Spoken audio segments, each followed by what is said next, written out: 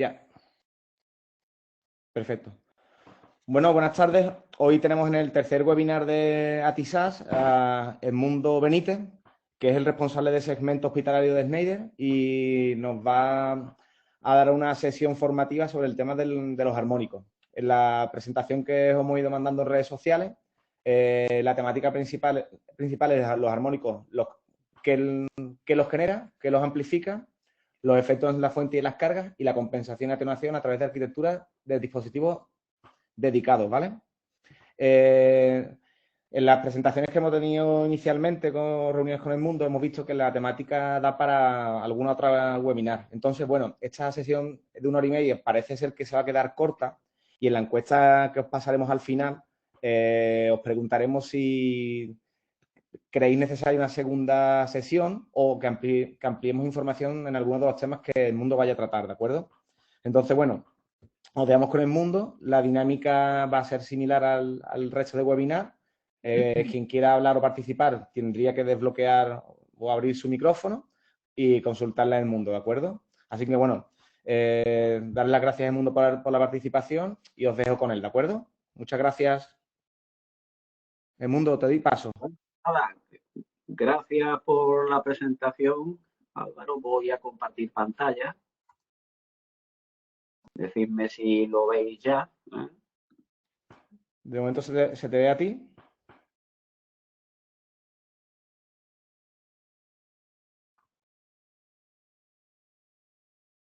¿No se ve la pantalla o qué?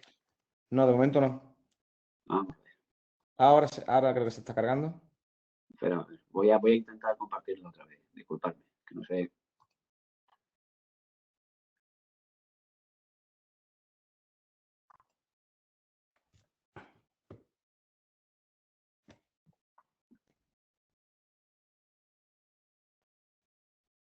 ¿Sí, sí parece?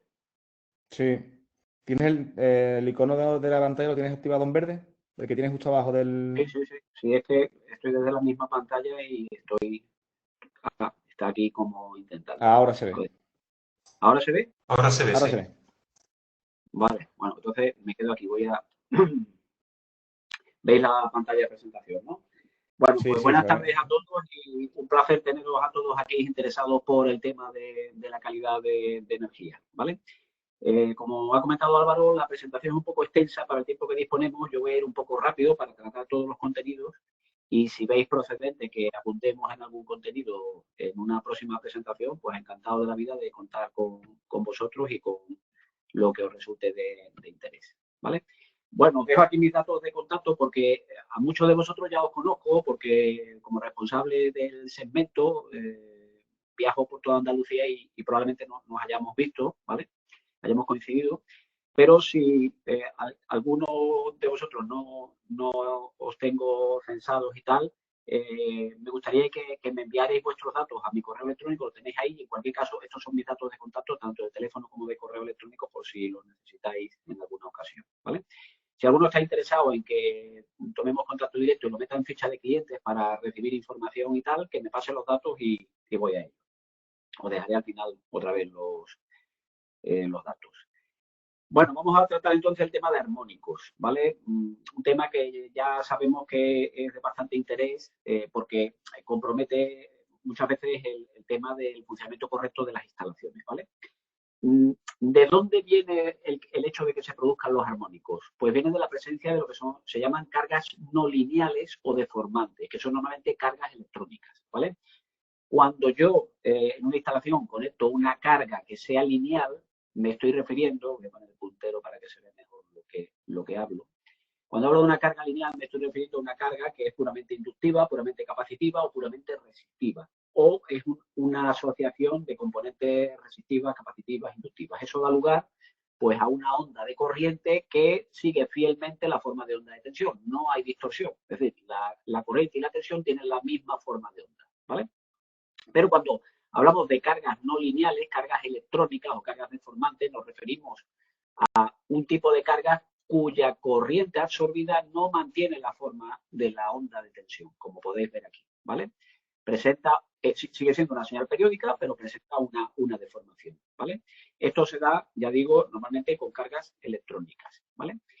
Lo que sí es cierto es que, y esto es conocido de forma matemática, cualquier señal periódica, tenga la forma que tenga, si es periódica se puede descomponer por Fourier en sus componentes fundamentales.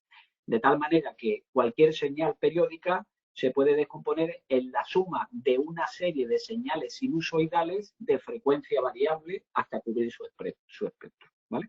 Por ejemplo, aquí vemos que esta onda, que veis que no es senoidal, que tiene una deformidad, es igual a la suma de una onda senoidal de la misma frecuencia, la frecuencia fundamental, más una onda senoidal de frecuencia triple de la fundamental, ¿vale? Si yo sumo estas dos señales, tengo esta. Bueno, pues el principio de los armónicos es que al tratarse de una señal periódica, pero no senoidal, se puede descomponer en toda una serie de componentes armónicas puras senoidales. El problema de los armónicos en sí no es que existan, sino los efectos que tiene la instalación. ¿Qué tipo de efectos puede producir? Pues, por ejemplo, puede producir el disparo intempestivo de las protecciones. Ojo, siempre protecciones magnetotérmicas, no diferenciales, lo veremos al final, ¿vale? Por tanto, acusar a los armónicos del disparo de las protecciones diferenciales es un error, ¿vale? Puede provocar perturbaciones inducidas en los sistemas de instrumentación, ¿vale? Puede provocar vibraciones o ruidos anormales, por ejemplo, los motores, ¿vale? Porque efectivamente cuando yo a un motor le meto una señal distorsionada, pues se generan pares pulsantes que producen ruidos, ¿vale? Y vibraciones anormales y, por tanto, desgastes mecánicos.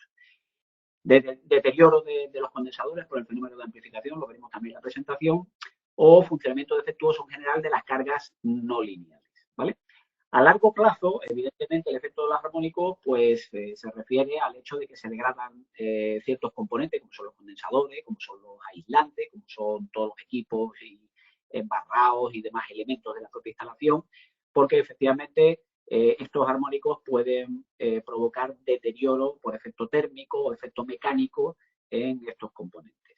Por lo tanto, es obvio que en principio no es bueno mantener los armónicos en una instalación, es necesario atenuarlos en la medida de lo posible, ¿vale?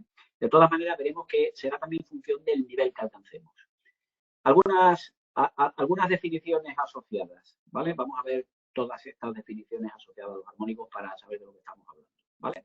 En primer lugar, el rango. El rango se refiere al valor entero que determina su frecuencia, ¿vale?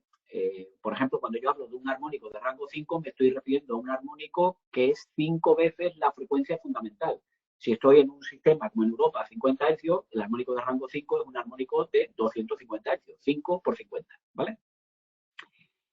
Cuando hablamos de espectro, nos referimos a, digamos, el gráfico que representa la amplitud y el rango de cada uno de los armónicos que compone una señal, ¿vale?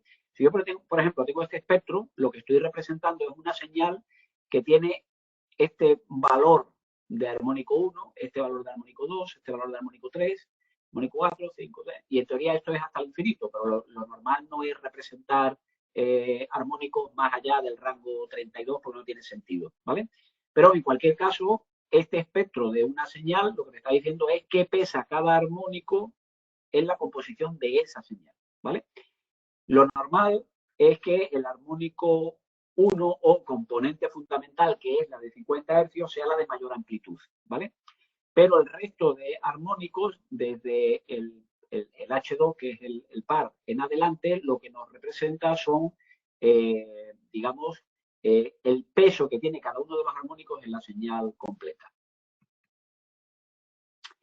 Hay un rango de armónicos que son el rango 3 y los llamados armónicos homopolares, que son los múltiplos impares de 3, que tienen una peculiaridad, ¿vale? Y es que si circulan por una instalación por fase con un nivel de corriente, por el neutro siempre va a ser la suma de las corrientes armónicas de fase. Eso lo que hace es que, por ejemplo, si tengo 20 amperios por fase del armónico 3, en el neutro esté soportando el triple de la corriente de fase, 60 amperios, ¿vale? Es decir, la corriente de armónico 3 se suma en el neutro y provoca una sobrecarga efectiva en el conductor de neutro. Es por ello que de unos años a esta parte los interruptores de protección magnetotérmica incorporan también la protección del neutro. ¿Por qué? Porque el neutro que se establece a priori como un conductor para compensar los desequilibrios de fase, al final sufre las consecuencias de la presencia de los armónicos homopolares, ¿vale? Los armónicos homopolares, insisto, son los de rango 3 y múltiplos impares de 3. Valor eficaz de una señal, valor RMS, ¿vale? Aquí tenéis las fórmulas de cálculo, ¿vale? El valor eficaz de una señal completa es la raíz cuadrada de la suma de cada uno de los armónicos elevado al cuadrado. El valor eficaz armónico de una señal es lo mismo, pero quitando la componente fundamental de 50 Hz, ¿vale? Aquí tenéis un par de cálculos que reflejan para una señal dada conocidos los valores de armónico. Esto se puede perfectamente tener con una medida, con un analizador de red. Pues se puede calcular en función de la amplitud de cada uno de los armónicos cuál sería la corriente eficaz y la corriente eficaz armónica, ¿vale? Este valor eficaz se llama RMS, que viene de root mean square o media cuadrática, ¿vale? Tener el valor eficaz de una señal en realidad no me dice mucho, ¿vale? Como mucho me puede decir cuál es la componente armónica total, pero hay una medida que establece una mejor definición de cómo pesan los armónicos en una señal, que es con la tasa de distorsión armónica, ¿vale? La tasa de distorsión armónica se puede calcular en tanto por ciento con relación a la fundamental, es decir, a la componente de 50 Hz, o con respecto al valor completo, valor eficaz de la señal, ¿vale? Existen las dos posibilidades. Sí que cuando hablemos de una tasa de distorsión armónica habría que tener claro a qué me estoy refiriendo, ¿vale? Sí, con relación a la fundamental o con relación al valor eficaz, ¿vale? También tenemos la tasa individual de armónico, que es precisamente lo que pesa cada armónico con respecto a la componente fundamental, la de 50 Hz, o con respecto al valor eficaz de la señal, que es un valor relativo. Otro tema importante es el factor de cresta. ¿Por qué? Porque el factor de cresta de alguna manera me define cuál es el valor de amplitud máxima que tiene esa señal con armónicos, ¿vale? Cuando estamos hablando de una carga lineal, una carga no deformante, sabéis que la relación entre el valor de cresta y el valor eficaz, es decir, entre el valor máximo de la onda senoidal y su valor eficaz, es raíz de 2. Pero fijaos que cuando hablamos de cargas electrónicas, encontramos que los factores de cresta pueden ser muy superiores a raíz de 2, ¿vale? Por ejemplo, una carga informática tiene un factor de cresta de entre 2 y 2,5, y una carga microinformática de entre 2,2 y 3,5, y así para cualquier señal que presente armónico. ¿Qué significa esto? Pues que con respecto al valor eficaz, el valor máximo es mucho más elevado que en el caso de una señal servidor. Y por lo tanto, significa un valor que puede afectar sobre todo al ajuste de las protecciones, porque normalmente cuando ajusto una protección, lo ajusto en función de los valores eficaces. Con lo cual es fácil que cuando tenga un factor de cresta elevada se produzca el disparo de las protecciones magnetotérmicas. Otro tema muy importante es la diferencia que hay que establecer entre el factor de potencia y el llamado coseno de phi, ¿vale? El factor de potencia es la relación que hay entre la potencia activa y la potencia aparente de la instalación, incluyendo toda la carga armónica. Mientras que el coseno de phi pues define este mismo cociente, pero solo para la onda fundamental.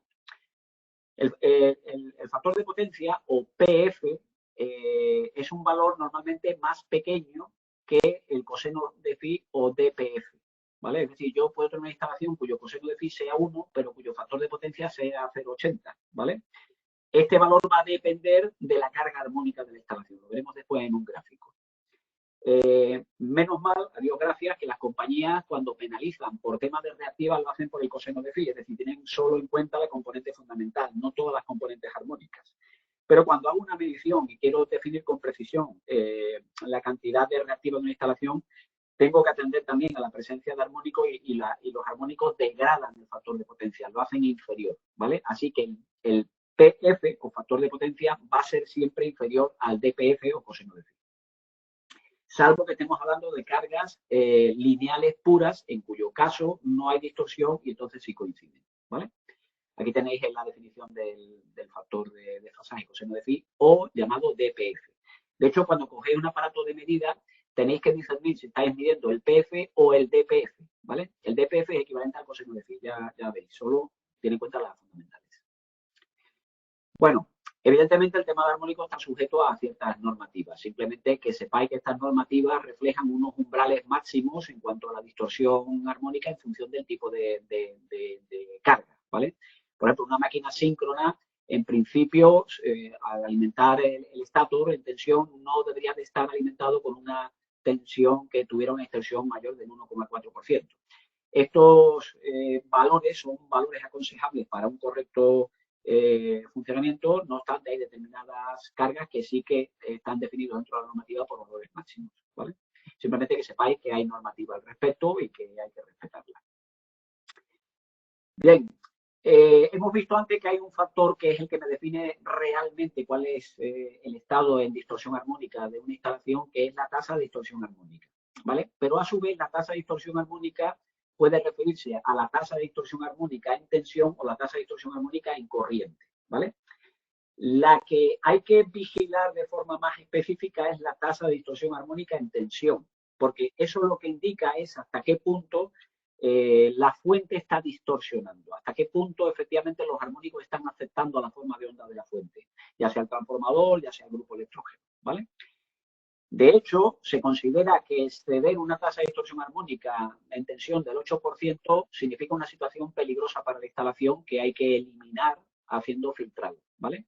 Si estamos entre un 5 y un 8%, hablamos de una contaminación importante que podemos seguir funcionando, pero habrá que tomar ciertas precauciones con ciertos equipos, manteniendo una protección con un filtrado adecuado. Y siempre que estemos en una tasa de distorsión armónica por debajo del 5%, se considera una situación normal. De hecho, la tensión de compañía suele tener una tasa de distorsión armónica, dependiendo de cuál sea nuestra posición en la red, que oscila entre el 1, 1,5% y el 2% como mucho, ¿vale? De todas maneras, se admite como algo normal hasta el 5%. Lo normal, no obstante, si hay distorsión armónica superior al 2%, inferior al 5%, es que esa distorsión se produzca por causa de nuestra propia instalación, no por causa de la compañía. Raramente la compañía entrega una tasa de distorsión armónica mayor del 2% en tensión. Si hablamos de la distorsión armónica en corriente, vamos a ver valores más elevados como consecuencia de que las corrientes armónicas son las que realmente se producen cuando ataco una cierta electrónica, ¿vale? Por tanto, entendemos que todo lo que exceda el 50% de tasa de distorsión armónica en corriente es una situación que hay que eliminar en la medida posible porque hay una contaminación importante. Entre el 10 y el 50% se puede seguir trabajando razonablemente, veis que son valores muy superiores a la tasa de tensión, y todo lo que esté por debajo del 10% es una situación, ¿vale? De todas maneras, la tasa de distorsión armónica en corriente es un parámetro que hay que atender de forma relativa. Porque yo puedo tener una instalación que esté en una situación de baja carga con una tasa de distorsión armónica en corriente muy elevada, pero en cambio apenas distorsión en tensión.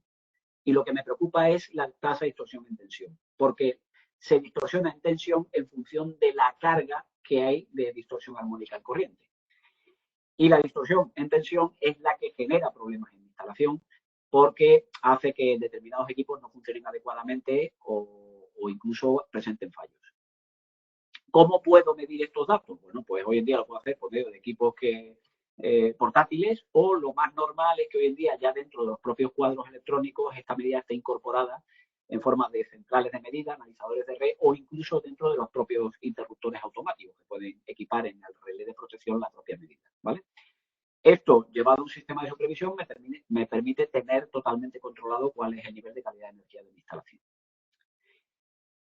Bueno, vamos a ver entonces cómo se producen los armónicos en función de qué estemos hablando, de las cargas generadoras y de las fuentes, ¿vale? Bueno, la presencia de armónicos va a depender fundamentalmente del tipo de dispositivo y de si se trata de un equipo monofásico o trifásico, ¿vale? Ya veis, por ejemplo, que las componentes armónicas que presenta un SAI monofásico y trifásico son distintas, ¿vale? Y así sucesivamente en función del equipo que estemos tratando. Si, por ejemplo, estamos hablando de un rectificador trifásico, ¿vale? Con un filtrado, veis que aquí hay una inductancia de filtrado. Esto actúa como un filtro paso bajo y lo que hace es conseguir una corriente más parecida a la senoidal, ¿vale? Esta señal que se produce en este tipo de rectificador presenta este espectro, ¿vale? Característico de este espectro es que no hay armónicos homopolares. Y esto lo que implica claramente es que las cargas trifásicas no provocan armónicos homopolares. ¿qué vimos al principio? Que los armónicos homopolares, es decir, los armónicos de orden 3 y múltiplos de 3, producen una sobrecarga en el neutro. Por lo tanto, la conclusión es que las cargas trifásicas, al no producir armónicos homopolares, no provocan ningún problema en el neutro. Son las cargas monofásicas las que lo van a provocar. Aquí veis, por ejemplo, ese mismo rectificador, pero sin el filtrado de entrada, podéis ver que hay una variación en la forma de onda corriente. Es decir, la inductancia de acometida, que muchas veces, por ejemplo, cuando montáis un variador de velocidad le ponéis una inductancia de línea. La inductancia de línea está para conseguir que esta onda de corriente que absorben los diodos se convierta en esta otra. ¿Qué es lo que veis? Pues fijaos en el espectro. Al meter la inductancia de línea, la carga armónica cae. Si quito la inductancia de línea, la carga armónica sube. Sigue sin haber armónicos homopolares en el caso de una carga trifásica, pero fijaos cómo las componentes armónicas de orden 5, 7, 11 son mayores cuando no tengo el filtrado de entrada. ¿Vale? Pues por esto se montan las inductancias de línea tanto en arrancadores electrónicos como en variadores de velocidad. ¿Vale? En cambio, si hablo de un rectificador monofásico, la típica fuente de alimentación monofásica, fijaos que no presenta los dos tetones en la forma de hondo, solo presenta uno, pero aparecen los armónicos de orden impar, de orden 3 e impares. El H3, el H9, que si veis aquí no aparecen.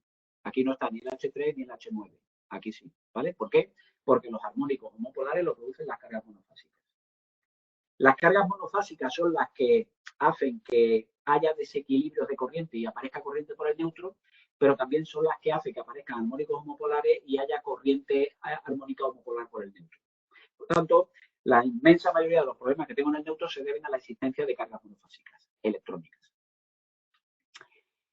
Bien, esto es en cuanto al tipo de carga electrónica que suelo encontrarme y qué espectro genera como consecuencia de la presencia de armónicos. Pero lo más importante que tengo que tener en cuenta es que el que esa elevada carga armónica afecte o no afecte a la instalación depende fundamentalmente de si afecta o no afecta a la fuente, ¿vale? Cuando digo fuente me refiero pues al transformador que alimenta mi instalación o al grupo electrógeno o a la SAI, ¿vale? Porque todos ellos son elementos que tienen una impedancia interna. Esta ZS es una impedancia interna de la máquina. Cuando yo tengo un transformador en vacío, la tensión en bornas coincide con la tensión en vacío del equipo. No hay distorsión. La forma de onda es perfectamente solidal. Pero cuando yo el transformador o el grupo electrógeno lo cargo, le meto cargas electrónicas, aparecen unas corrientes armónicas que pasan por esta impedancia. Esta impedancia, además, es función también normalmente de la frecuencia y entonces provocan caídas de tensión de frecuencia idéntica a la del armónico que las provoca y, por lo tanto, la tensión de salida será la tensión ideal, perfectamente senoidal, menos la caída de tensión que tengo aquí, que va a depender de lo que valga esa impedancia para cada una de las frecuencias armónicas y de cuál sea el valor de cada armónico. Por eso, cuando yo una fuente la cargo con armónicos, la fuente empieza a distorsionar y lo hará en mayor medida en tanto crezca el valor de la corriente armónica de carga, ¿vale? Y cuando una fuente distorsiona, tengo un problema serio porque la instrumentación deja de funcionar bien, hay aparatos que empiezan a hacer tonterías, ¿vale? Puedo hacer que aparezcan disparos de protecciones, que aparezcan sobrecalentamiento en ciertas partes de la instalación, envejecimientos prematuros, etcétera, etcétera, ¿vale? De hecho, fijaos, aquí tenéis lo que sería el esquema equivalente de un transformador o de un grupo electrógeno y aquí tenéis el esquema equivalente de una SAI, ¿vale? Un transformador, por ejemplo, tiene una impedancia que es una inductancia en serie con una resistencia. Esto es la impedancia interna, la impedancia de salida, vamos a decirlo así, ¿vale? Entonces, ¿qué sucede? Pues que la L hace que esta impedancia dependa de la frecuencia de forma directa. Un SAI, por ejemplo, equivale a una impedancia LC, una inductancia en paralelo con una capacidad. Esto implica que hay otro tipo de variación, ¿vale? Esto sobre todo es para los SAIs antiguos. Si vemos cómo se comporta esta impedancia en función de la frecuencia, fijaos, yo tengo aquí en el eje de abscisa frecuencia y en el eje de ordenadas tengo cuánto vale la impedancia de la fuente, cómo varía porcentualmente la impedancia de la fuente con respecto a la de la carga. Entonces, fijaos que, por ejemplo, un transformador, su impedancia interna va subiendo con la frecuencia, ¿vale? En cambio, un grupo electrógeno va subiendo con la frecuencia, pero de forma más rápida. Por eso, cuando, por ejemplo, alimentáis cargas electrónicas con un grupo electrógeno, el grupo electrógeno distorsiona mucho antes que el transformador, porque su impedancia interna es mayor. Y cuando su impedancia interna es mayor, la caída interna de tensión debido a los armónicos es mayor y, por tanto, la forma de onda se distorsiona más. Por eso, el comportamiento de una instalación con carga armónica es mucho peor si lo alimento desde un grupo electrógeno que si lo alimento desde un transformador, siendo ambos de la misma potencia. En cuanto a las SAIs, afortunadamente hoy las tecnologías de las SAI compensan muy bien el efecto de este paralelo LC, de tal manera que fijaos que apenas varía la impedancia en función de la frecuencia, mientras que con las SAIs antiguas se producía una subida importante, casi resonante, a cierto valor de frecuencia. Por tanto, una cosa muy importante es entender que la impedancia interna de la fuente es causa fundamental de la tasa de distorsión armónica en tensión. La tasa de distorsión armónica en tensión se produce precisamente por la caída de tensión debido a los armónicos, se produce de forma interna en la fuente. Y eso va a depender de lo buena o lo mala que sea la fuente o cómo sea su comportamiento en cuanto al valor de su impedancia interna. De tal manera que, fijaos, por ejemplo, los transformadores, el hecho de que su impedancia interna sea creciente con la frecuencia y que evidentemente hoy en día los sometemos a una carga armónica importante, hace que estén afectados de lo que se llama un coeficiente de desclasificación, que es esta fórmula que veis aquí, ¿vale? El coeficiente de desclasificación es 1 partido por la raíz cuadrada de 1 más 0,1 por el sumatorio de cada rango armónico elevado a 1,6 por cada uno de los armónicos de ese rango correspondiente elevado al cuadrado. Bueno, básicamente se traduce en esta gráfica que veis aquí.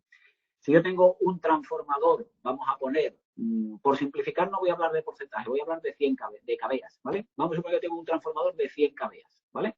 Si yo tengo un porcentaje de carga electrónica cero, es decir, las cargas son solo resistencias, inductancias, condensadores, ¿vale? Es todo electromecánico, no hay nada electrónico. Fijaos que en ese caso tengo un transformador de 100 kVA que me puede entregar 100 kVA. Pero a medida que la carga electrónica sube, aplicando esta fórmula de desclasificación, en el extremo, fijaos, si el 100% de la carga es electrónica, mi transformador tiene un valor de potencia de tan solo 45 kVA. Es decir, yo creo que tengo un trafo de 100 kVA, pero realmente mi transformador solo puede entregarme 45 kVA. ¿Por qué? Por el efecto de la carga armónica, el efecto de la carga electrónica. Si en vez de tener el 100%, pues tengo un 40%, pues fijaos que también hay una afectación importante. Es decir, con un 40% de cargas electrónicas, el otro 60 cargas lineales, mi transformador tiene solo 60 kVA. Y yo creo que tiene 100, pero solo tiene 60, no le puedo sacar más. Este factor de desclasificación es un tema muy importante. Fijaos, algunos números. Supongamos un transformador de 1000 kVA y está afectado por estas componentes armónicas. Armónico 5, 7, 11 con estos pesos. Realmente mi transformador, como consecuencia de la presencia de estos armónicos, solo me puede proporcionar 910 kVA. He perdido 90 kVA solo por el hecho de la presencia de armónicos. Igualmente, supongamos que yo debo suministrar 1000 kVA y me hago la pregunta de si me vale montar un trafo de 1000 kVA teniendo una situación de cargas armónicas como la anterior. Pues no, no me vale. Como el K es de 0,87, haciendo el cálculo, veo que la potencia la tengo que subir. De hecho, para poder tener 1000 kVA efectivas con esta carga armónica, debería montar un trafo de 1150. Como 1150 no es una potencia normalizada, debería de subir la potencia del transformador a 1250. Esto es lo que se hace en proyecto. Los armónicos también producen pérdidas en los conductores. Fijaos, para una tasa de distorsión armónica del 0%, es decir, cargas lineales, tengo una pérdida en los conductores de valor unitario. Pero a medida que la tasa de distorsión armónica crece, fijaos que también crecen las pérdidas de los conductores, alcanzando, por ejemplo, para el 100% de distorsión armónica, cosa que se puede alcanzar, por ejemplo, con la propia iluminación LED, por ejemplo, no compensada, pues puedo alcanzar el doble. Es decir, paso a duplicar las pérdidas de los conductores como consecuencia de la presencia de armónicos. ¿Y qué pasa con los condensadores? Bueno, ya sabemos que los condensadores lo que pretenden es compensar la energía reactiva y nada más, pero el problema es que están sujetos a ciertos riesgos cuando estamos en un entorno de armónicos, ¿vale? Los condensadores son una de las fórmulas que puedo emplear para compensar la reactiva de una instalación. Actualmente también yo puedo compensar la reactiva de una instalación usando un compensador activo de armónicos. Lo que pasa es que los compensadores activos de armónicos los uso normalmente para compensar los armónicos, no la reactiva. No obstante, puedo usar el compensador activo de armónicos para compensar con la potencia que le quede remanente de no compensar armónicos para compensar la reactiva, ¿vale? Pero bueno, entrando en lo que se refiere a los condensadores. Los condensadores son un elemento que sufre mucho con la realidad de la instalación, ¿vale? Con la realidad en cuanto a armónicos de la instalación, ¿vale? De hecho, fijaos, por ejemplo, que a la hora de compensar, hablábamos antes del coseno de Field, del factor de potencia, fijaos aquí cómo coseno de Field, factor de potencia, solo coinciden, es decir, su relación es 1 para una tasa de distorsión armónica 0. A medida que la tasa de distorsión armónica crece, el valor del factor de potencia va decayendo, haciéndose siempre y en todo caso inferior al coseno de Field, ¿vale? Por tanto, cuando tenemos un analizador de red y estamos viendo el PF, tened en cuenta que el PF no es el coseno de phi y por tanto no es el valor que tengo que compensar de cara a compensar la reactividad de instalación, porque la compañía no me está penalizando por eso, ¿vale? Cuando yo tengo una instalación sin condensadores, hay unos equipos que son los generadores de armónicos, variadores de velocidad, fuentes de alimentación, etcétera, etcétera, que son los que provocan esa corriente armónica. Esa corriente armónica la ve el transformador, porque es el que tiene que entregarla, ¿vale? Y distorsiona. Y al distorsionar, de alguna manera, provoca también la aparición de armónicos en otras cargas, como son las cargas lineales, los motores. Es decir, si en este motor hay armónicos, es precisamente por la distorsión que provoca la corriente armónica de las cargas generadoras armónicas en el transformador. Cuando yo meto un condensador, estoy complicando la situación. ¿Por qué? Porque el conjunto aparece, digamos que se convierte en una estructura en la que la instalación es una inductancia en paralelo con el condensador que estoy metiendo. Y cualquier inductancia en paralelo con un condensador se caracteriza por una serie de valores que son la frecuencia de resonancia paralelo, es decir, una frecuencia a la cual su impedancia es máxima, ¿vale? Y el factor de amplificación, que es en qué medida, como consecuencia de esa situación de resonancia, el condensador va a amplificar la tensión.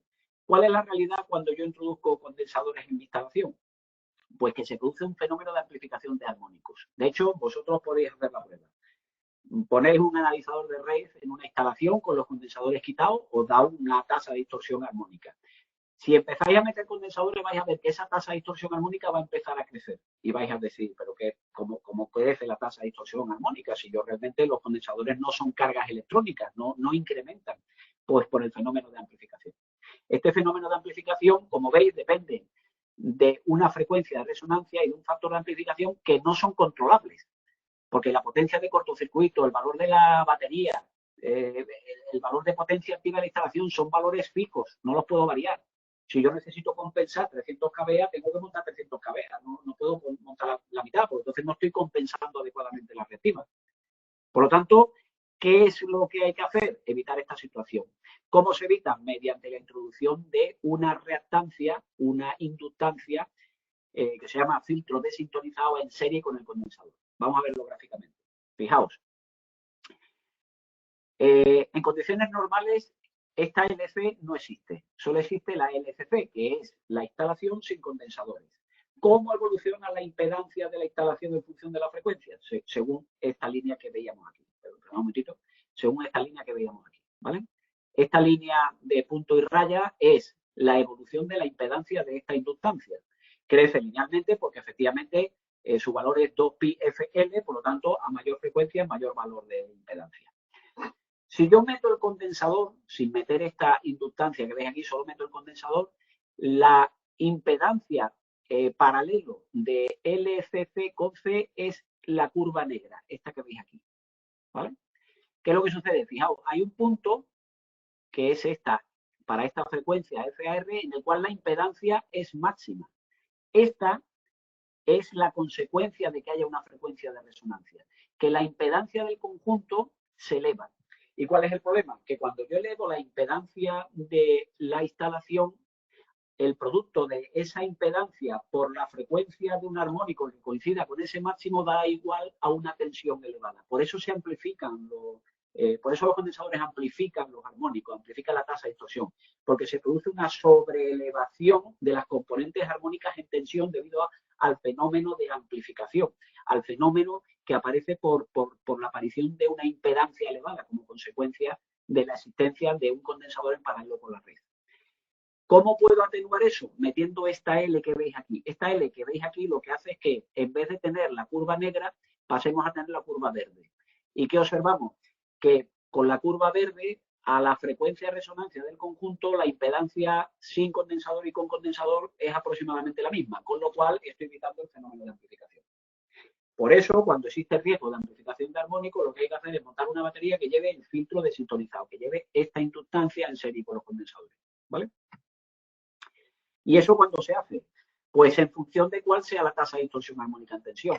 Si estamos hablando de una tasa de distorsión armónica en tensión que esté entre 1,5 y 6, hay que meter este tipo de baterías que llevan filtros sintonizados, ¿vale? De hecho, normalmente ese filtro está sintonizado para que la frecuencia a la cual se produce el mínimo sea de 215 Hz.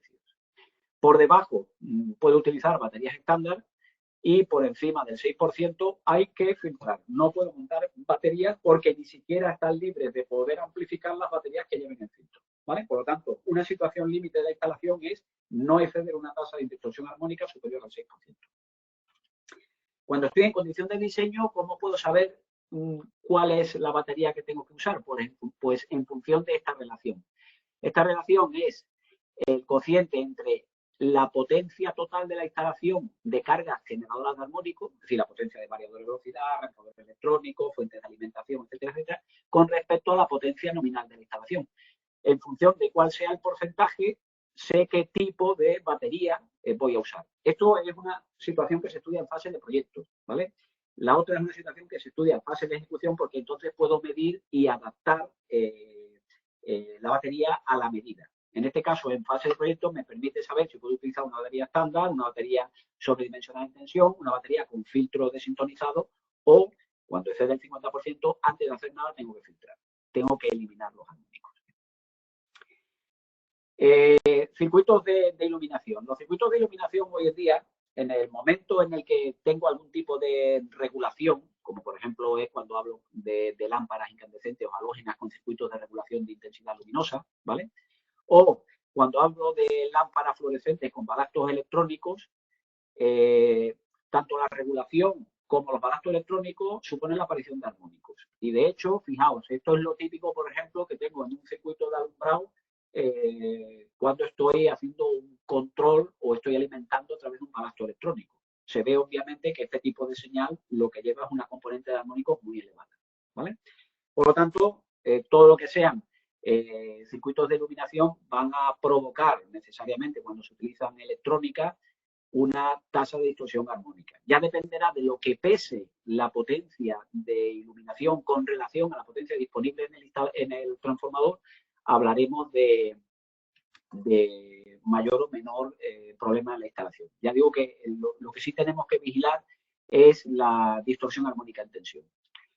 Pero hoy en día ya sabemos que la inmensa mayoría de nosotros lo que utilizamos son las luminarias LED. De hecho, existe una tendencia natural a usar las luminarias LED en lugar del otro tipo de luminarias, sobre todo en instalaciones terciarias como son los hospitales, porque a nivel de eficiencia energética son un gran avance. Y efectivamente lo son, porque estos equipos pueden producir un nivel de intensidad luminosa con un consumo muy bajo bastante importante. Pero fijaos que cuando yo utilizo una luminaria LED, es obvio que esta luminaria va a producir una gran cantidad de armónicos, ¿vale? Aquí tenéis cuál es el comportamiento de la señal de corriente de una lámpara LED. Veis que hay un primer momento en el que le doy tensión y se energiza el driver, el variador este, que es el que alimenta a la luminaria LED. Aparece un pico en el encendido, un pico de corriente, y luego ya entramos en régimen nominal estándar de consumo, ¿vale? ¿Qué significa esto? Que los LED generalmente van a elevar la distorsión armónica en corriente, ¿vale? En corriente, en tensión, lo normal es que no afecte mucho, a no ser que haya mucha luminaria. Porque mira, por ejemplo, una lámpara de 25 vatios, que además debe cumplir una normativa específica, que inyecte un 85% del tercer armónico y un 61% del quinto armónico, tendrá una tasa de distorsión armónica en corriente del 105%. Esto es una tasa muy elevada, ¿vale? Lo que evita que esto sea un problema para la instalación es que las luminarias consumen muy poca potencia, consumen muy pocos amperios, vamos, de hecho la mayoría consumen miliamperios, porque si la corriente que absorbiera fuera mayor, esta tasa sería muy crítica para la instalación. Pero ¿dónde está el problema? En el acúmulo de luminarias, porque al final no es solo una luminaria, sino son todas las luminarias que tengo conectadas en un momento dado a mi instalación, ¿vale?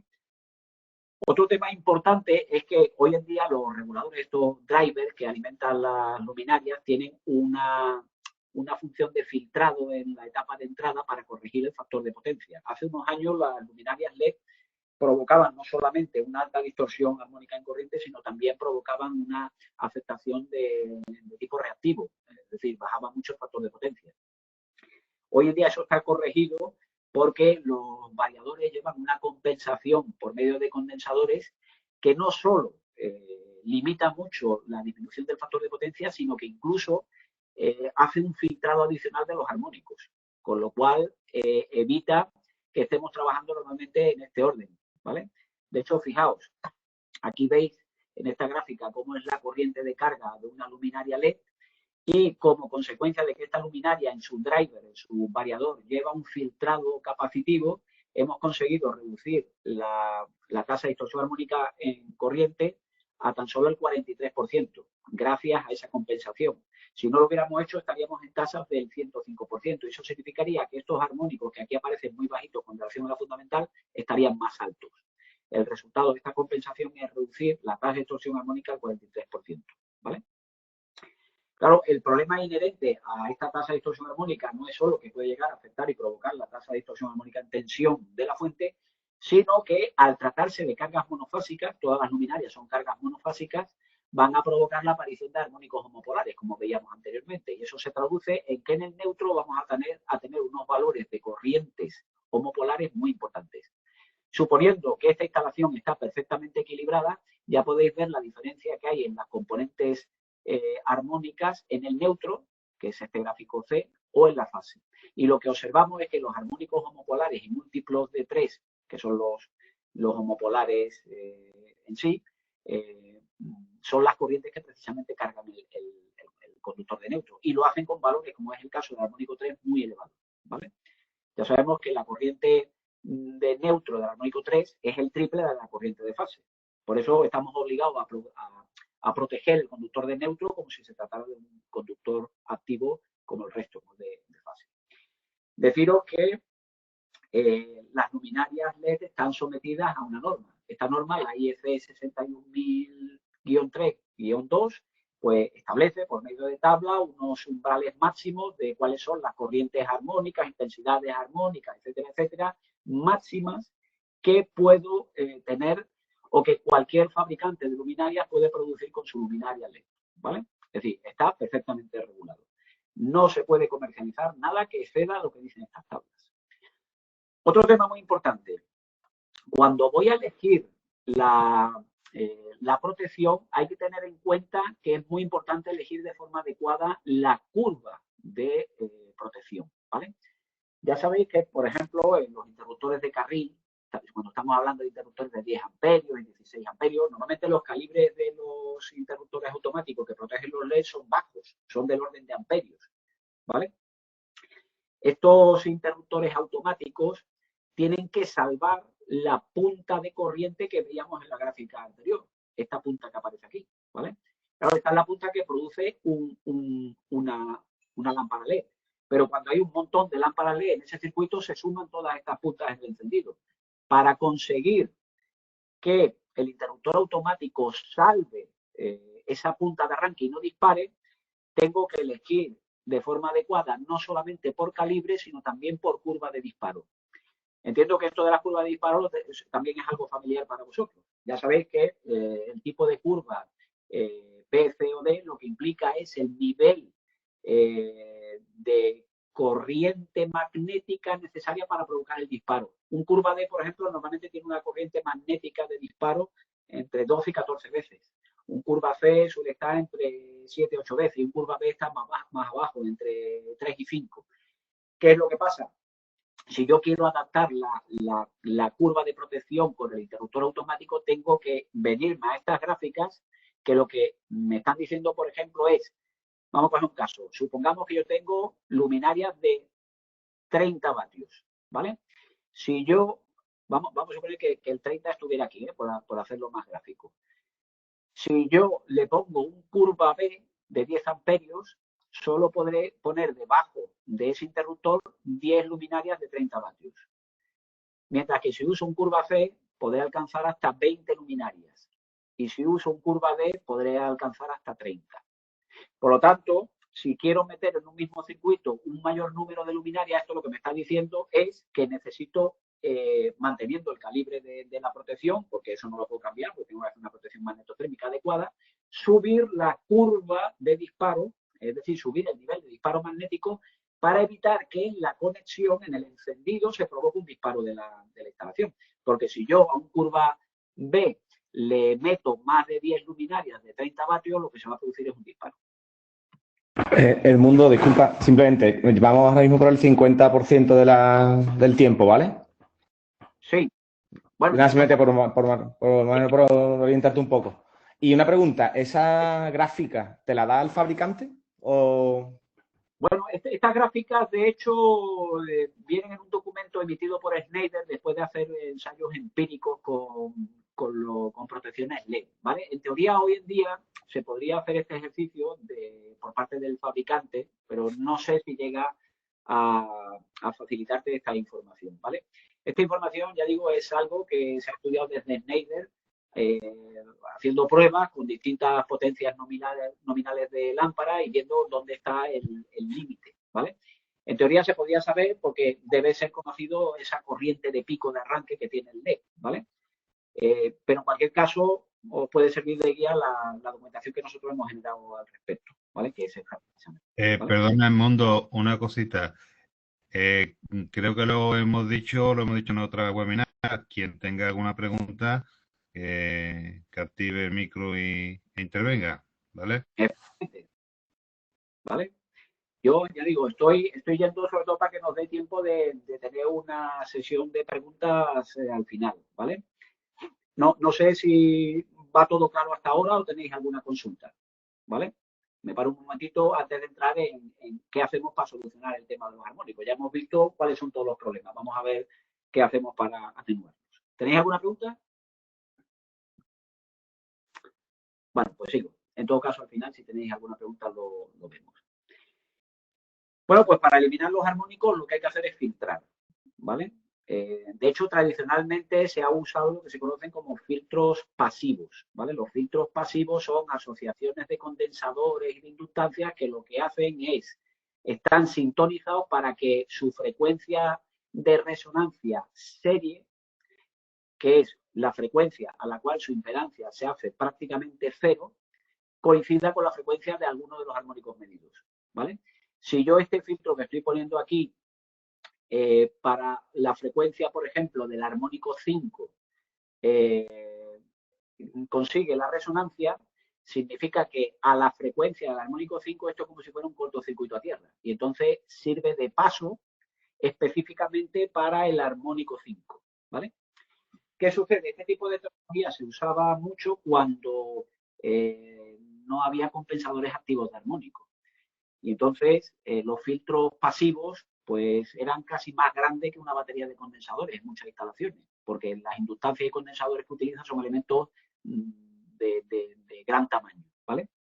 Y aparte provocaba muchas pérdidas, porque tampoco es una impedancia que solo coincide en la frecuencia de resonancia con el armónico, sino veis que hay una especie de campana de Gauss alrededor de esa frecuencia de resonancia. Por tanto, se produce también una cierta fuga de corriente para cualquier otro valor de frecuencia, ¿vale?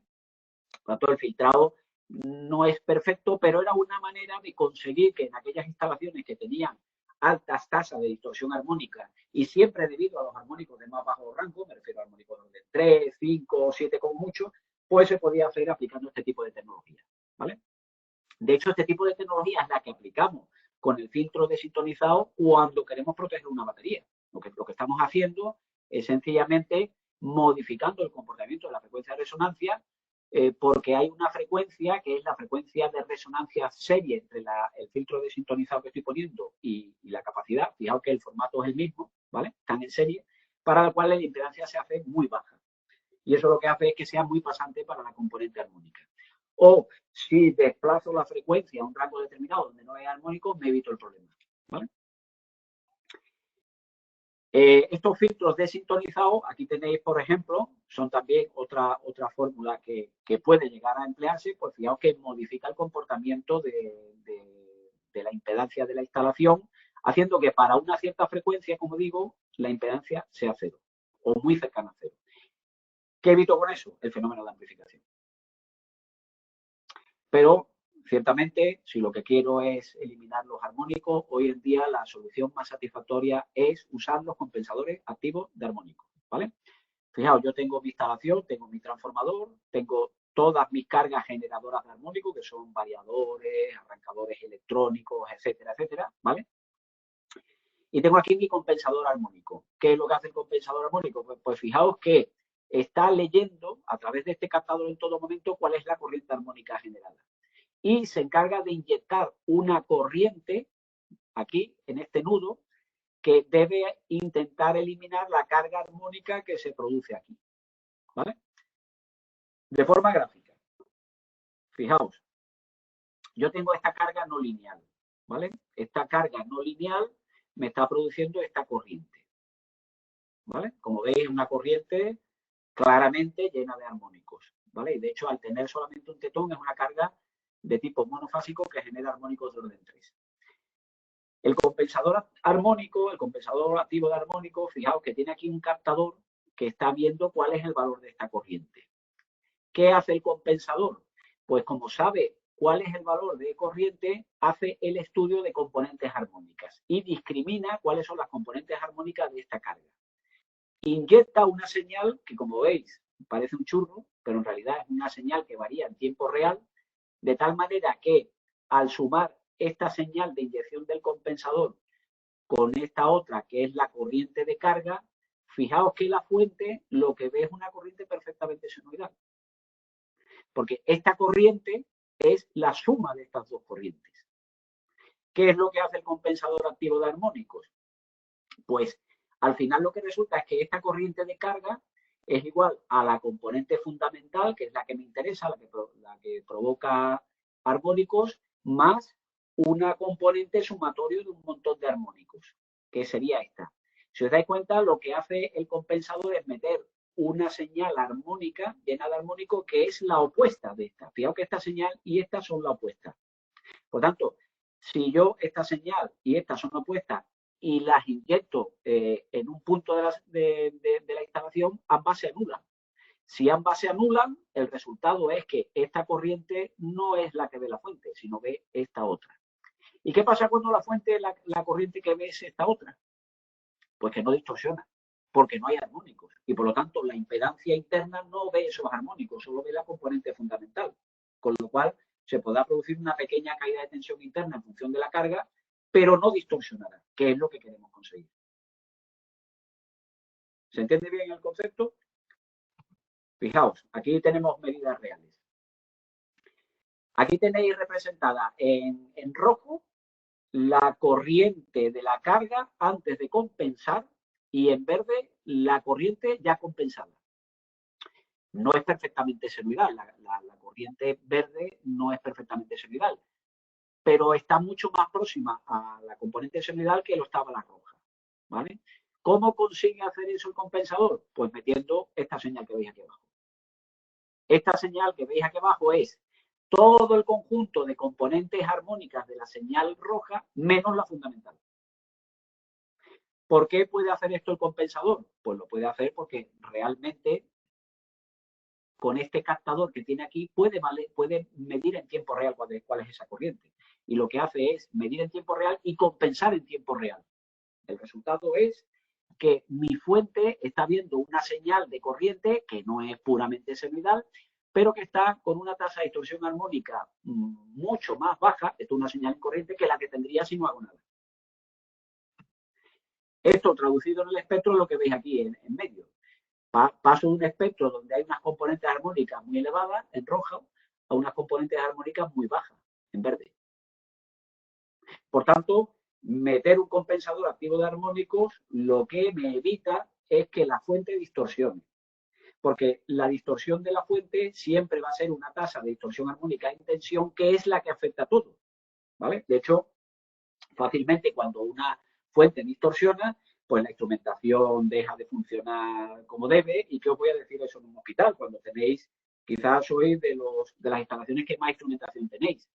Cuando una instrumentación se alimenta con una tasa, con una onda que está fuertemente distorsionada, tenéis un problema. Tenemos un problema, ¿vale?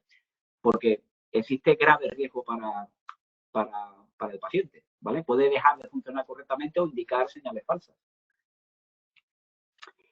Aquí tenéis algunos ejemplos que os dejo en la presentación que ya os he pasado o que os pasarán los compañeros, ¿vale? De cuáles son distintos tipos de corrientes de entrada y qué señal introduce el compensador, ¿vale? O sea, yo a esta corriente de carga le introduzco esta señal por el compensador y fijaos cómo queda la corriente que ve el transformador, ¿no? Eso básicamente lo que está haciendo, fijaos, es que yo partiendo de este espectro convierto mi señal en una señal cuyo espectro es este otro, donde he eliminado prácticamente los armónicos que pesan. Quedan algunos armónicos de forma muy residual, pero he conseguido que de una tasa de distorsión armónica del 92% bajemos a un 2,9. ¿Qué efecto va a tener esto? Pues que la fuente no va a distorsionar y si tengo, por ejemplo, que meter una batería de condensadores, pues ya no tengo la criticidad que tenía en una tasa de distorsión armónica mayor.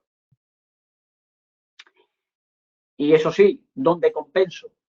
Pues la mejor compensación, cuando uso un compensador activo armónico, siempre es la que se hace lo más cerca de las cargas. ¿Por qué? Porque donde yo compenso, hacia arriba, ya deja de haber armónicos. Es decir, si yo compenso aquí, en este punto de instalación, los armónicos siguen estando abajo, pero hacia arriba han desaparecido. Si yo compenso aquí, los armónicos han desaparecido hacia arriba, pero hacia abajo siguen existiendo. Y si compenso arriba, en el cuadro general, hacia el transformador han desaparecido, pero hacia abajo sigue habiendo armónicos. Por tanto, lo normal es escoger una estrategia que sobre todo haga que las cargas sensibles estén compensadas a su nivel. Por ejemplo, si tengo un laboratorio, pues compenso a nivel del laboratorio.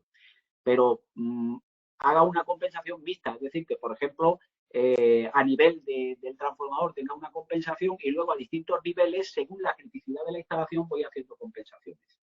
Compensar con este tipo de dispositivos no es barato, pero sinceramente es bastante importante si mi instalación no funciona debido a los armónicos, ¿vale? Y hasta aquí todo el tema de los armónicos. Y ahora os voy a explicar el tema de la compatibilidad electromagnética y las componentes de alta frecuencia, porque cuando escuchéis por ahí, estos armónicos me están fastidiando, están haciendo que disparen las protecciones diferenciales. Eso no es así. Las protecciones diferenciales no disparan por presencia de armónicos, disparan por otro tipo de presencia, vamos a llamarlo así, que tienen que ver con la electrónica, pero que no son los armónicos, ¿vale? Entonces tenemos que hablar del concepto de compatibilidad electromagnética y del concepto de emisibilidad y susceptibilidad, ¿vale? Veréis, cualquier equipo electrónico, por el hecho de tener esa electrónica interna, ya sabemos que va a generar una corriente de entrada, va a absorber una corriente de red que está distorsionada, ¿vale? Ya dependerá del tipo de carga electrónica, esa distorsión en corriente será mayor o menor. Pero el espectro de esa señal no es finito, ese espectro es infinito. Otra cosa es que a partir de cierto rango de frecuencia sea despreciable. Pero una carga electrónica no solo produce componentes armónicas, produce más cosas, ¿vale? Y ese equipo, por el hecho de producir esas componentes armónicas y esas componentes de más cosas, que son componentes de alta frecuencia, son componentes que pueden circular por la instalación de varias maneras, ¿vale?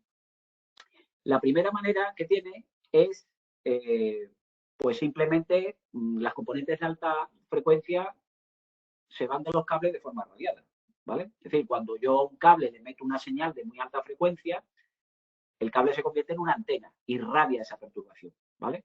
Estas perturbaciones radiadas se deben a las componentes de frecuencia más altas que genera el equipo electrónico.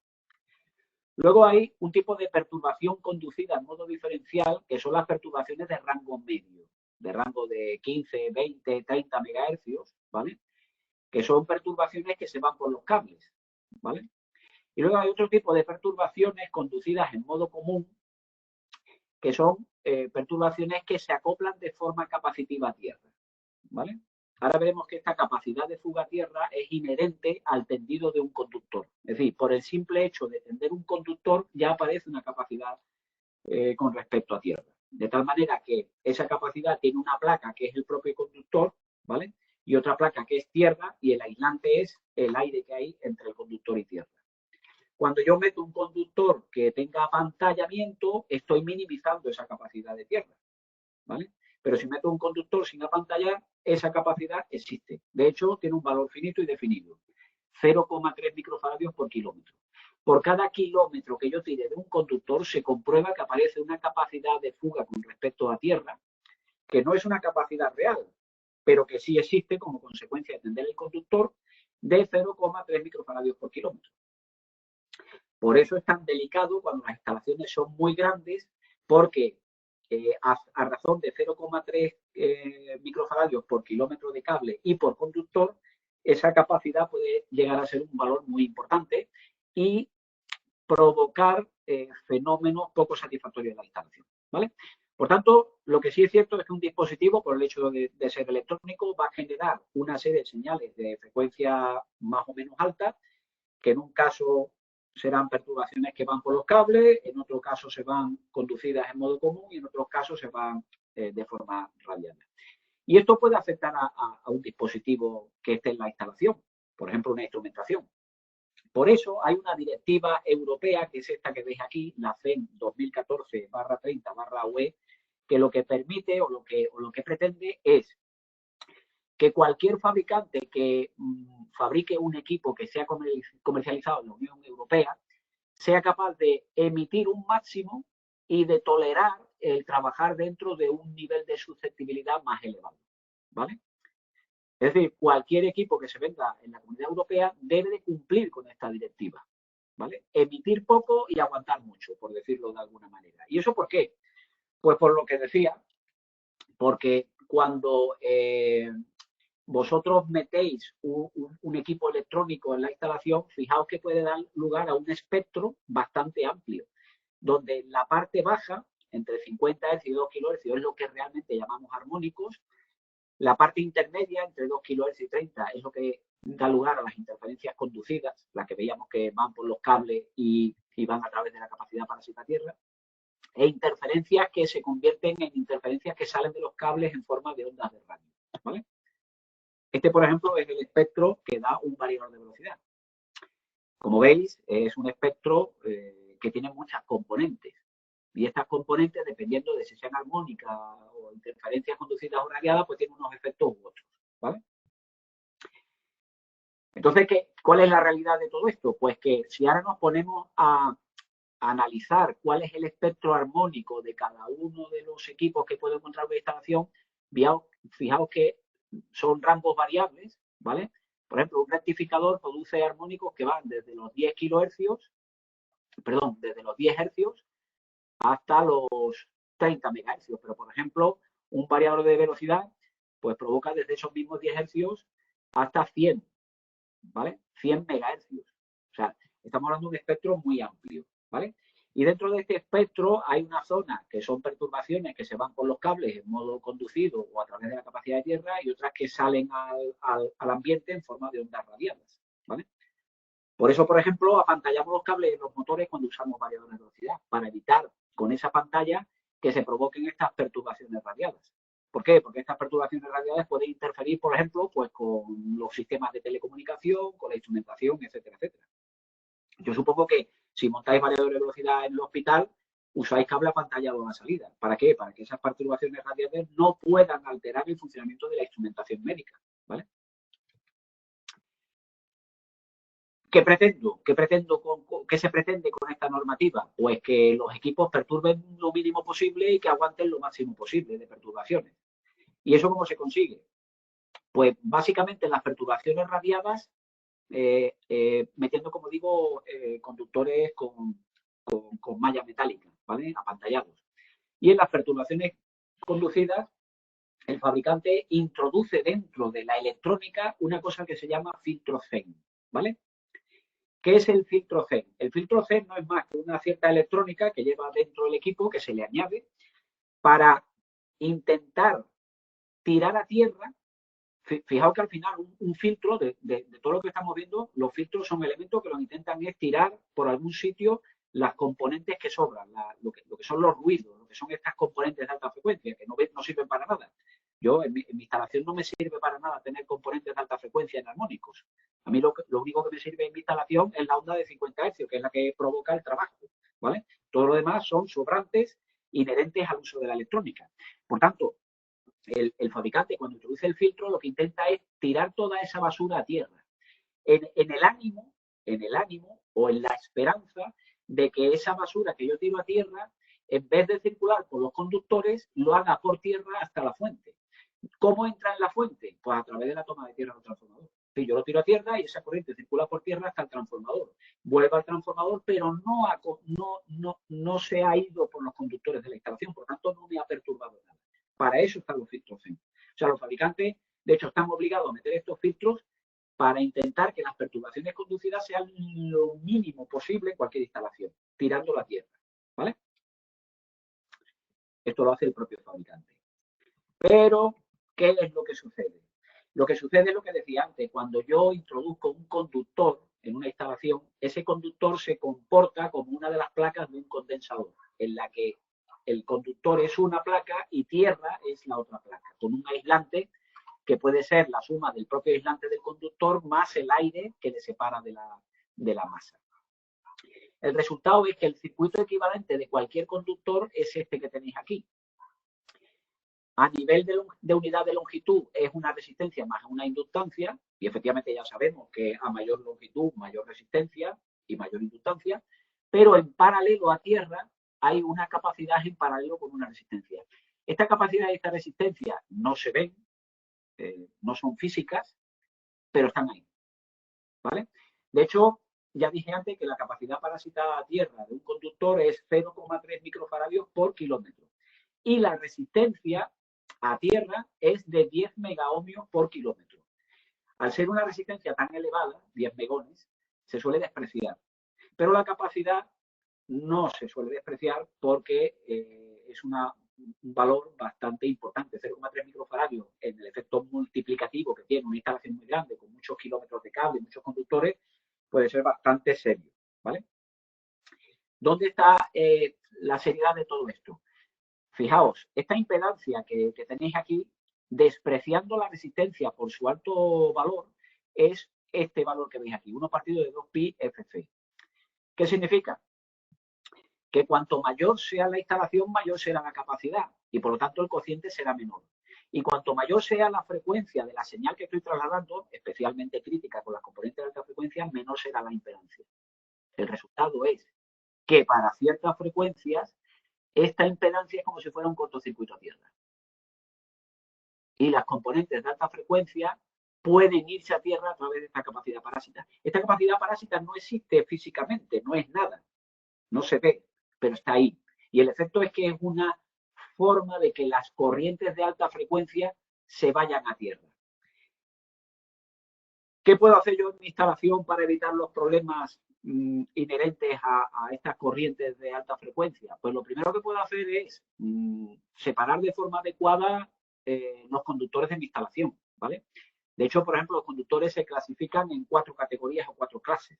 Conductores sensibles, por ejemplo, que son los conductores de comunicación, conductores poco sensibles, como pueden ser los circuitos digitales de un sistema de control. Clase 3, poco perturbadores, como son los circuitos de pequeña y mediana potencia, y perturbadores altos, como son con clase 4, pues, no sé, los circuitos de potencia, ¿vale? Si hablo de un motor de 400 kilovatios, pues un clase 4, ¿vale? ¿Qué tengo que hacer para evitar esas perturbaciones? Es decir, para minimizar el efecto de esta capacidad parásita, de esta inducción mutua que aparece, pues respetar unas ciertas distancias, ¿vale? Es decir, un conductor clase 4 lo tengo que separar de un conductor sensible, pues la suma de todas estas distancias. Lo que no voy a hacer nunca es meter un cable de comunicaciones en una canaleta o una canalización que lleva un cable de potencia. De hecho, cuando quiero hacer eso, lo que hago es utilizo fibra óptica en vez de un conductor de cobre. ¿Por qué? Porque se perturban, hay una perturbación, es decir, el conductor perturbador es capaz de hacer que el conductor sensible presente corrientes anormales. De hecho, se producen acoplamientos de distinto tipo. Acoplamiento inductivo entre los conductores de potencia. Es decir, una corriente induce en el otro conductor otra cierta corriente. Acoplamientos capacitivos, debido a la existencia de estas capacidades parásitas y capacidades entre los conductores. Y acoplamientos radiados, en el sentido de que los conductores más sensibles pueden captar las señales de alta frecuencia que se emiten al aire por ser precisamente componentes de alta frecuencia. ¿Cómo evito esto? Tomando las medidas adecuadas en la instalación. ¿Y esas medidas cuáles son? Pues canalizar bien, disponer bien los conductores, hacer bien las tomas de tierra, etcétera, etcétera, etcétera. Y como eso no es evidente, os he pasado una guía, que es esta, es uno de los documentos que os dejo para que lo compartáis. La guía de compatibilidad electromagnética es un documento que se emitió en los años 90 y que vais a ver que es una forma de poder hacer bien las cosas para que la instalación no agrave los problemas de funcionamiento de la misma, ¿vale? Es decir, para que en fase de ejecución de la instalación podamos evitar problemas que luego, una vez que está instalado, son muy difíciles de corregir. ¿A qué os enseña este manual de compatibilidad electromagnética? Pues a cómo disponer las canalizaciones, cómo hacer las tomas de tierra, cómo hacer los bucles de masa, cómo disponer los conductores. Esta imagen, por ejemplo, de separación de los conductores está tomado de este manual. En definitiva, de hacer las cosas bien a nivel de primera instalación. El tema de la compatibilidad electromagnética va a ser diferente en función del régimen de neutro que esté trabajando, ¿vale? Ya sabéis que hay 3 regímenes de neutro, TT, TN e IT, ¿vale? En el caso del TT, lo que hacemos es que el punto estrella del transformador está a tierra y todas las masas metálicas y bastidores y tal de la instalación están a través del conductor de protección a tierra. En el sistema TN, lo que hacemos es que todas las masas están enviadas hacia el origen a través del conductor de protección y hay distintos formatos según coincida el conductor de protección con el neutro o vayan separados. El sistema TNC yo no lo aconsejo ya en ningún sitio, es decir, un sistema TNC para algo como hoy en día con carga electrónica es un problema, ¿vale? Por tanto, se suele usar el TNS, ¿vale? O incluso una mezcla de los dos, el TNCS, que es durante una cierta distancia el conductor de neutro y el conductor de protección son comunes y luego se separan, ¿vale? Esto sí, se usa sobre todo el TNCS, por ejemplo, cuando tengo un centro de transformación muy alejado de mi instalación, trabajando en TN. El TN no es un régimen adecuado para hospitales. En hospitales tengo el TT o el IT. Pero, por ejemplo, en una industria sí se usa el TN. Si tengo el transformador muy lejos de la nave que quiero alimentar, puedo hacer una distribución primero en TNC y ya luego dentro de la nave separar el neutro y el conductor de protección y hacer un TNS, ¿vale? Y finalmente está el IT. El IT vosotros solo lo utilizáis en los quirófanos, salas médicas de grupo 2 básicamente, UCI y demás, ¿vale? Simplemente por la continuidad de servicio. Bueno, pues cada régimen de neutro tiene cosas buenas y tiene cosas malas. Por ejemplo, lo bueno que tiene el régimen TT es que es muy garantista. ¿Por qué? Porque la existencia de una protección diferencial perfectamente establecida garantiza que voy a tener una muy buena protección tanto de la instalación como de las personas en caso de una fuga diferencial. ¿Vale? El TNS, ¿qué tiene de bueno? Pues que es muy bueno, por ejemplo, a nivel de compatibilidad electromagnética. Por ejemplo, para hacer un CPD se suele utilizar un TNS. Cuando tengo un sistema informático es mejor usar el TNS que otra cosa. Prefiero las protecciones diferenciales y evito los problemas inherentes al TT, ¿vale? NIT que tiene, bueno, pues que garantizo la continuidad de servicio, evito el disparo intempestivo, porque en el caso de que aparezca un problema de aislamiento, la instalación puede seguir funcionando. Y el TNC, ¿qué ventaja tengo? Pues simplemente que como puedo unir el conductor de neutro y de tierra, la instalación me sale más barato, pero es nefasto para todo lo demás. Si os dais cuenta, es malo en casi todo, ¿vale? Por tanto, esto es lo bueno, pero ¿y qué pasa en relación a la compatibilidad electromagnética? Pues el El TT, mundo, simplemente por informarte, llevamos 1 hora y cuarto, ¿vale? Más que nada sí, ya me quedan 5 minutos como Perfecto, mucho no, y no, genial, genial. Simplemente era por informarte, simplemente. esta vez, ya digo, lo tengo medido. Pero vamos bien. El problema en TT es que se produce el disparo de los diferenciales.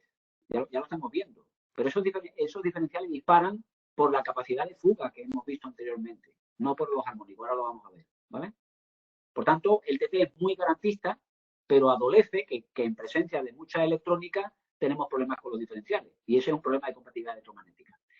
El TNS es bueno en compatibilidad electromagnética, pero es fatal en cuanto a la seguridad de los bienes. ¿Por qué? Porque cada vez que se produce un defecto, el defecto es de orden de kiloamperios, casi de corrientes de cortocircuito, con lo cual la instalación sufre mucho con cada defecto de aislamiento. Y eso mismo le pasa al TNC, ¿vale? Y el IT, ¿qué es lo malo que tiene? Pues que si crece mucho el tamaño de la red IT, que no es vuestro caso porque las redes IT en quirófanos, UCI y demás son muy pequeñas, cuando una red IT se hace muy grande, el efecto de la capacidad parásita, esa que hemos visto anteriormente de los conductores, lo que provoca es una elevación de la tensión de contacto en primer defecto. Sabéis que en IT, en primer defecto, la instalación no debe hacer nada, debe seguir funcionando. Pero cuando la capacidad de la instalación a tierra es muy elevada, cosa que pasa si la instalación es muy grande, porque hay muchos kilómetros de cable, esa capacidad eleva la tensión de contacto y puede llegar a ser peligrosa para las personas. Por eso, en régimen IT se aconseja utilizar lo que se llaman islas IT. Es decir, si yo tengo que hacer una instalación con una potencia de 1000 kVA, es mejor montar 4 transformadores de 250 kVA independientes, cada uno con su carga repartida, que uno único de 1000 kVA. ¿Por qué? Porque al montar las islas IT, lo que estoy haciendo es que la capacidad parásita de cada isla sea muy baja y no exista ese riesgo. Vosotros, insisto, no tenéis ese problema porque vosotros ya trabajáis con islas IT. Porque cada vez que montáis un quirófano o una UCI, lo hacéis con un único transformador. Estáis aislando y construyendo una red muy pequeñita, por tanto no tenéis ese problema, ¿vale? Aunque eso sí, y esto es importante más en el tema industrial, los filtros CEN, esos filtros que ponemos los fabricantes para tirar a tierra toda la basura que genera la electrónica, en IT deben de estar desconectados. Para vosotros no es un problema en los quirófanos, ya lo digo de antemano, pero en las instalaciones industriales sí es un problema, porque un filtro CEN es una especie de pre-primer defecto. Es decir, el propio filtro actúa ya como una derivación a tierra y por lo tanto ya el IT está degradado como consecuencia del filtro CEN. Cualquier primer defecto real que se produzca puede cerrar en segundo defecto sobre el filtro y se lleva la electrónica por delante. El riesgo que hay en IT a nivel industrial, si no se hacen las cosas bien, es que puede haber un defecto que se te lleve por delante toda la electrónica. Quiero decir, directamente que te la queme. Para evitar eso, hay que eliminar los filtros CEN. Insisto, esto a nivel de quirófano no es un problema. Todo esto para deciros que los armónicos no provocan el disparo de los diferenciales. Ya hemos visto que en régimen TT el gran problema que tenemos en compatibilidad electromagnética es los disparos intempestivos de la protección diferencial. ¿Por qué se producen los disparos intempestivos? Fijaos, estas capacidades que veis aquí, ¿vale? Esta CL1, CL2 y CL3 no son capacidades reales, capacidades físicas, son esas capacidades parásitas que he dicho que tiene la instalación como consecuencia de tender los cables. Y esta capacidad que veis aquí es la del filtro a tierra de esta carga, el filtro CEN que tiene. Entonces, ¿qué es lo que sucede? Pues que puede producirse lo que se llama el fenómeno de disparo por simpatía. Es decir, yo tengo un circuito que se produce un defecto diferencial, el circuito abre, pero genera un transitorio en el disparo de alta frecuencia que capacitivamente, como veis, se acopla en el otro circuito a través de la capacidad parásita. ¿Lo veis? A través de CL1, CL2 y CL3. Este acoplamiento capacitivo lo que hace es que este interruptor diferencial pueda disparar por simpatía. Es aquello de Qué raro que cada vez que arranco esta máquina me dispara el diferencial en el otro circuito. O no sé qué pasa, que cada vez que hay una maniobra en la instalación o un encendido, dispara este circuito. Ese disparo se debe a este fenómeno, al acoplamiento capacitivo de corrientes de alta frecuencia. ¿Y qué sucede? Como cada interruptor diferencial va a tener una serie de cargas que tiene su filtro a tierra, su filtro CEN TCC, os puedo decir, cada filtro CEN provoca una corriente de fuga a tierra, ¿vale? Esa corriente de fuga a tierra es una pequeña corriente a frecuencia industrial de 50 Hz y toda la demás basura que quiere eliminar. Por ejemplo, un ordenador tiene una fuga permanente de 50 Hz de 0,5 miliamperios. O sea, cada ordenador que yo conecte debajo de un diferencial me está dando 0,5 miliamperios de corriente diferencial de frecuencia industrial a mi diferencial. ¿Qué es lo que pasa? Si yo debajo de un diferencial cargo muchas cargas electrónicas, cada una con su filtro CEN, voy a tener el interruptor diferencial en una situación de precebado. Es decir, ya la propia fuga de los filtros CEN me están precebando al interruptor diferencial. Basta que haya cualquier película como esta que vemos aquí, de que dispara uno, se acopla capacitivamente para que el diferencial acabe disparando. De hecho, normalmente el disparo por simpatía, cuando se produce en un interruptor diferencial, es porque ese interruptor diferencial ya está precebado por las fugas de los componentes de los filtros CEN que hay en las cargas que tiene acoplado. ¿Cómo podemos evitar ese disparo? Metiendo protección diferencial superinmunizada. ¿Qué es lo que hace la protección diferencial superinmunizada? Pues añade una serie de bloques a la protección diferencial tradicional. Sabéis que en la protección diferencial hay varias clases, está la clase AC, la clase A y la clase A superinmunizada, que es esta que estoy presentando. La clase AC, que es la clase básica, la que se vendía hace 30 años, solo tenía un filtrado contra onda rayo. Es decir, lo que se pretendía es que si hay una tormenta no dispare mi diferencial y me deje sin tensión, ¿vale? Luego apareció, como consecuencia de la electrónica, los interruptores diferenciales clase A, que lo que tienen es una detección de componentes de corriente de fuga pulsante o componentes continuas, ¿vale? No obstante, un clase A por encima de 6 miliamperios de fuga ya no hace bien su trabajo. Hay que irse a un clase B, que es un específico para corrientes de fuga continua. Pero en este caso no me protegen contra esta situación, porque estas componentes de alta frecuencia no son capaces de filtrarlo. En cambio, el superinmunizado sí tiene un filtrado de alta frecuencia. Es capaz de discriminar si lo que está intentando disparar el diferencial es una fuga verdadera o una fuga de alta frecuencia. Por lo tanto, el diferencial superinmunizado evita que este otro dispare por simpatía, pero no lo consigue siempre. ¿Por qué? Porque el que lo consiga o no lo consiga va a depender de este nivel de precebamiento, vamos a llamarlo así, permitidme el término, que tiene el propio interruptor diferencial por la existencia o presencia de filtros CEN. Cuando tengáis un circuito que el diferencial superinmunizado tampoco aguanta el disparo, que será raro, pero puede pasar, la única solución es dividir las cargas. Es decir, si yo tengo aquí 10 cargas de este tipo debajo del diferencial, pues abro otro circuito y dejo 5 en una y 5 en la otra, ¿vale? Pero, insisto, si alguien os llega diciendo que un diferencial salta porque tenéis una tasa de distorsión armónica en tensión, no dejáis que vuelva a entrar en el hospital porque está engañando vilmente. No saben lo que está diciendo. Los disparos diferenciales se provocan simplemente por las componentes de alta frecuencia. Y en todo caso, y adicionalmente, y permitidme, y con esto termino, por el fenómeno de punta de arranque. Hay veces que ciertas electrónicas al arrancar provocan unos desequilibrios por punta de arranque que hacen que también dispare el diferencial. Por eso, fijaos, el superinmunizado también tiene un módulo de acumulación de energía que lo que intenta es evitar el disparo por punta de arranque. Pero por armónicos, insisto, no va a disparar nunca. Perdonad la velocidad, pero si no es que no llegaba a cumplir el tiempo, creo que sí lo voy cumpliendo y tenéis otra vez. Ha llegado perfecto, ¿eh? Y lo tengo ya ensayado, ¿eh? El mundo, mira, una pregunta te quería hacer. Vale, todo el tema teórico, pero imaginemos que tenemos una instalación tipo laboratorio con un site y que nos está dando, bueno, pues esos saltos de diferenciales o de elementos de forma aleatoria, ¿no? En el tiempo. No hay una frecuencia y a lo mejor todavía no hemos detectado qué maniobra o qué equipo se está usando que pueda provocar eso. ¿Cuál sería el paso 0 o 1 de cara a enfrentar el problema o buscar una posible solución?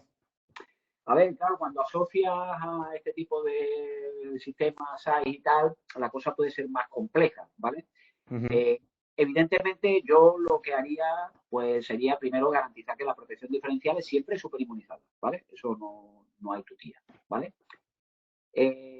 Luego tened en cuenta que la sensibilidad de la protección, muchas veces ponemos sensibilidades inadecuadas, ¿vale? Es decir, la protección diferencial de personas, la de 30 miliamperios, esa protección diferencial solo es interesante usarla cuando existe riesgo de contacto directo, ¿vale? Es decir, cuando existe el riesgo de que la persona pueda tocar alguna parte activa, alguna parte en tensión. Porque si no existe tal riesgo, eso es evitable, pues usando los apartamentos correspondientes, las envolventes adecuadas, las canalizaciones correspondientes y tal. Y solo el riesgo de contacto indirecto podéis subir la sensibilidad, no hay problema. Cuando tenemos un defecto diferencial mayor de 30 miliamperios en un defecto, ya digo, que sea de contacto indirecto, el problema es que el producto de esa corriente de fuga por la resistencia de la toma a tierra exceda los 50 voltios que dice la norma. Mientras que el producto de la corriente de fuga por la resistencia a tierra sea menor que 50 voltios, no existe riesgo para las personas. Vosotros podéis tener un circuito fugando 3, 4 o 5 amperios y no ser un riesgo para una persona. Siempre que hablemos de contacto indirecto. ¿Por qué? Porque si el producto de esa corriente tan elevada por la resistencia de tierra, que puede ser de 1 o 2 ohmios, me da 5 o 6 voltios, ¿qué riesgo tengo? Por tanto, puedo elevar la sensibilidad de las protecciones diferenciales sin riesgo para las personas y garantizando un buen funcionamiento de la protección diferencial. Por tanto, no siempre se trata de montar superinmunizados, que también yo no montaría superinmunizados habiendo electrónica en ningún sitio ya, sino sobre todo usar la sensibilidad adecuada. No tiene por qué ser todo 300 o 30 miliamperios. Puedo subir la sensibilidad arriba siempre y cuando, insisto, sea previsible la tensión de contacto, el producto de la corriente máxima de fuga a tierra por la resistencia de la propia tierra no exceda los 50 voltios, 25 voltios, como ya sabéis, localmente. ¿Vale? Muy bien, gracias. Nada. ¿Alguna otra pregunta? He ido rápido. ¿Alguna preguntita, señores? Sí, buenas tardes. ¿Me oís? Hola, sí. Sí, hola, sí. Soy Fernando Zúñiga, Mundo, un placer saludarte. ¿Qué tal? ¿Qué tal? ¿Cómo estás? ¿Qué tal? Nada, felicitarte por tu exposición, que ha sido fantástica, y bueno, tengo aquí una serie de preguntas relativas en cuanto a los filtros activos armónicos. Se entiende como activos por aquello de que generan una corriente que introduce, inversa, hemos dicho inversa, ¿no? Al armónico, opuesta, ¿no? Opuesta al armónico. Esta corriente, entendemos que este equipo consume energía. Sí, claro, el equipo consume energía porque necesita sacar la energía necesaria para inyectar esa corriente de la misma red, ¿vale? Vale. Pero estamos hablando que va a ser siempre, entiendo, bastante menor que el efecto por las pérdidas por efecto Joule que pueda generar el circuito, los propios armónicos, ¿no? Que explicaba al principio. Sí, yo entiendo por dónde vas, ¿no? Al final es un consumidor más, te está cargando el transformador con la potencia. Efectivamente, si tú montas un compensador de 30 amperios, pues le estás demandando 30 amperios a la fuente, eso no hay tutía. Sí. Lo que pasa es que el compensador activo no va pensando en un concepto de eficiencia energética ni en un concepto de cargabilidad, sino en evitar que tu fuente distorsione. El problema es que cuando la fuente distorsiona, todo empieza a ir mal, ¿me entiendes? Porque ya hemos visto que afecta a la instrumentación, afecta a equipos sensibles, afecta a las cargas lineales y eso es un problema, ¿vale? Luego tú cuando instalas el equipo estás previendo que hay que dedicar una cierta potencia, porque al final la potencia la saca de la propia red, pero para emplearla en algo que corrige el problema de los armónicos desde el punto que inyecta hacia arriba. Porque cuidado, tus cargas siguen generando armónicos hacia abajo. Es decir, que tampoco eliminas la componente de potencia de armónicos de los equipos que hay más abajo. Simplemente eliminas el problema que tienes hacia arriba, hacia la punta. Sí. Me queda claro. Hay otra duda que tengo al respecto. Al principio de la presentación has comentado que los armónicos que debemos evitar son los de tensión, pero no así los de corriente. Ahí me pierdo, ¿no? No sé si podría explicar. He dicho eso, no he querido decir tal cosa. Lo que he querido decir es que precisamente son los armónicos de tensión los que son verdaderamente críticos en la instalación. ¿Por qué? Vale. Porque tener una tasa de distorsión armónica elevada y por tanto una carga de armónicos elevada, ya lo habéis visto, provoca problemas importantes a nivel de los condensadores, a nivel de la instrumentación, a nivel de los motores que aparecen pares pulsantes, problemas mecánicos, etcétera, etcétera.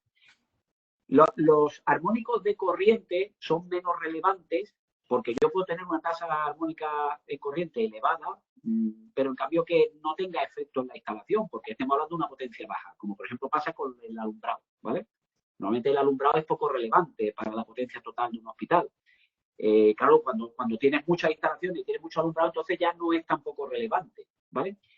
Lo que sí es cierto es que, y sobre todo de cara a la instrumentación, también hay normativas que hablan de compensar las corrientes armónicas en corriente, sobre todo en función del tipo de instalación. Es decir, no se trata de que nos olvidemos de la presencia de los armónicos en corriente ni su tasa de distorsión armónica, sino que no son un valor que de forma evidente en todas las instalaciones suponga un problema, sino que va a suponer un problema en función de cómo pesen en relación a la potencia total de la instalación y de qué tipo de instalaciones tenga yo asociada a estos armónicos y que sean sensibles, como por ejemplo un laboratorio, ¿vale? O como por ejemplo una instrumentación médica, lo cual me obliga a vigilar también esa tasa de distorsión armónica en corriente, ¿vale? Sí, sí, de acuerdo. Es decir, lo más crítico es no distorsionar en tensión, pero en función del tipo de carga y en función del peso de esa distorsión armónica en relación a la potencia total, también va a ser crítico muchas veces compensar los armónicos para bajar la tasa de distorsión armónica en corriente. Pero si distorsiona en tensión, ya tienes la mitad de la guerra ganada, o más. De acuerdo, muy bien. Ya por último, hablando de los filtros Zen y la variación de velocidad, su época, por experiencias que tuvimos al respecto de variadores de velocidad que se ponían para UTA y demás, o caudales variables en bombeo, optamos por variación de velocidad con filtros A y B, de los altivar estos que vosotros mismos comercializáis, ¿no? Sí, esos son los filtros Zen que te estás refiriendo, ¿no? Por ejemplo, los filtros en variador de velocidad, estos que serán filtros A y B que se ponían vienen adosados ya al propio variador, ¿no? A ver, es que en realidad también existe el concepto de filtro adicional, ¿vale? Sí. Yo te estoy hablando de los adicionales, sí, el adicional, precisamente para cumplir más con la compatibilidad electromagnética, porque colgaban al final de cuadros donde había pues, componente también electromédica claro, por ahí cerca y demás, y queríamos evitar un poco todo esto. Esto, Fernando, surge de lo siguiente. El nivel de compatibilidad electromagnética es siempre mucho más exigente en un terciario que en la industria. Primero, porque en el terciario va a haber equipos que sean más sensibles a las perturbaciones. Segundo, porque suelen ser instalaciones más críticas si hablamos, por ejemplo, de hospitales, ¿vale? Entonces, se definieron bajo la normativa de compatibilidad electromagnética unos niveles máximos de componentes conducidas irradiadas que el variador de velocidad con su filtro de base no llega. Y entonces por eso muchas veces había que poner ese filtro adicional, ¿vale? Hoy en día el equipo, el filtro Zen que trae el equipo ya cumple con un nivel industrial y como mucho hay que montarle un filtro adicional si estoy moviéndome en el mundo del terciario. Pero para eso hay que excepcionarse con el fabricante si ya con el filtro de serie estamos cumpliendo los umbrales máximos admitidos para el terciario, ¿vale? Pero sí es cierto que hace unos años el filtro Zen en muchas ocasiones era algo adicional, algo opcional, ¿vale? Hoy no lo es. Hoy es algo necesario. Entonces, lo que hay que excepcionarse en función del dispositivo que estés trabajando, sí, para cumplir con los requisitos de compatibilidad electromagnética es necesario aumentar ese filtro adicional, ¿vale? Vale. Que obviamente es un filtro adicional Zen, ¿sí? lo que que pretende es minimizar efectivamente las emisiones del equipo, tanto en conducidas como en radiadas. Por último, también he recordado otra cosita respecto a lo de apantallar el cable de salida de los variadores de velocidad hacia el motor, los cables de potencia, de alimentación de los motores. Creo recordar, para que no se genere este efecto capacitivo en la salida, la malla se lleva solamente en un extremo a tierra, ¿cierto? A ver, en principio se suele poner en un extremo, pero hay instalaciones en las que al final hay que hacerlo los dos extremos, ¿no? Está claro, yo creo que esto es más un tema de prueba-error, ¿vale? Y efectivamente el apantallar el conductor es fundamentalmente para evitar los fenómenos radiados, ¿vale? Y los fenómenos conducidos acoplados de forma capacitiva. Pero el problema es que la malla, o sea, el hecho de utilizar el cable apantallado genera un problema en las bordas de motor, que es que aparecen una sobretensión en las conmutaciones de positivo a negativo de la onda, ¿vale? Que puede llegar a ser un riesgo para el variador, ¿vale? Entonces, por eso comprobaréis que cuando hablamos de usar conductores apantallados, la longitud máxima de cable del variador al motor es menor cuando tratamos de conductor apantallado que si tratamos de un conductor no apantallado, ¿vale? Y eso es porque la pantalla sí que me evita las perturbaciones conducidas de forma capacitiva, las perturbaciones radiadas, pero tiene una consecuencia negativa en la elevación de esos potenciales en las conmutaciones del motor, en la borda del motor, ¿vale? No obstante, a tu pregunta, ¿dónde conectarlo? En realidad tú lo que vas buscando con la conexión a tierra es que esa malla tenga un potencial cero, es decir, por ponerlo al potencial de tierra, ¿vale? Pero te puedo decir que ha habido instalaciones donde he visto que ha bastado con hacerlo en un único extremo e instalaciones donde ha tenido que montarse en ambos. Sí, la pregunta iba con un poco de trampa, ya sabes que... Pero bueno, es que a mí también se me ha dado el caso que he tenido que conectar en un extremo, en otro o en ambos, ¿no? Y bueno, ya... Es así, un tema empírico, no a priori no hay otra. Pero empírico por lo siguiente, porque es muy difícil saber cómo se van a comportar las corrientes a tierra en un caso y otro, porque depende también de si esos potenciales ya existen o no existen, de cómo está el resto de instalación. Y eso es un infierno. No hay manera de saber. Por eso se hace de forma empírica, ¿vale? Vale. Sobre todo porque antiguamente incluso los variadores podían no regular bien cuando se les montaba el PID si no se hacían evidentemente las conexiones a tierra de la malla. Es curioso, pero eso pasaba. Muy bien, pues muchas gracias y felicidades también a los organizadores. Pues gracias. Cabina estupendo. Gracias. Hola. Hola. Hola, soy Francisco Reguera del Hospital Universitario de Jerez. Mira, tengo una pregunta. Como tú, vamos, antes de nada, pues evidentemente felicitar por el nivel técnico de la exposición, porque me ha parecido muy interesante. Como has comentado, en los hospitales pues hay muchas cargas no lineales, ¿no? Desde el punto de vista del equipamiento electromédico, que en un hospital pues es lo que tenemos, ¿no? Es decir, me refiero a resonancia, aceleradores lineales, tags, ecógrafos. Según vuestra experiencia tuya o de Schneider, ¿tenéis modelizado el tipo de armónico que genera cada uno de esos equipos? A ver, al final es todo muy preestablecido porque realmente, si te das cuenta, los armónicos que generan las cargas son función de la etapa de entrada, que normalmente suele ser un rectificador, ¿vale? Entonces, ya depende de si estamos hablando de un rectificador trifásico, un rectificador monofásico y tal, hay una variación evidente en cuanto a las componentes, porque ya ves que con los rectificadores monofásicos se producen armónicos de orden 3, cosa que no pasa con los rectificadores trifásicos. Lo que sucede es que cuando estamos hablando de cierto tipo de, no sé, fuentes de alimentación, por ejemplo, tipo chopper y tal, pues puede haber variaciones. A priori, no tengo constancia de que se haya modelizado. Lo que sucede es que al final equipos electrónicos cuyas etapas de entrada son similares tienen comportamientos similares, ¿vale? Pero a priori, incluso es cierto que, por ejemplo, en el caso de los variadores de velocidad, se puede hablar de una tasa de distorsión armónica prevista si no se emplea la inductancia de línea, o si se emplea la inductancia de línea, o si se emplea la inductancia de C, o si no se emplea la inductancia de C, pero se habla de valores de tasa de distorsión armónica como porcentajes de la nominal, no como componentes una a una que diga, pues yo sé que aquí el armónico 3 tiene tal amplitud y el armónico 5 tiene tal otra amplitud, ¿vale? Realmente habría que hacer una medición para saberlo. Entre otras cosas porque la realidad es que incluso la situación de cada aparato va a depender del entorno.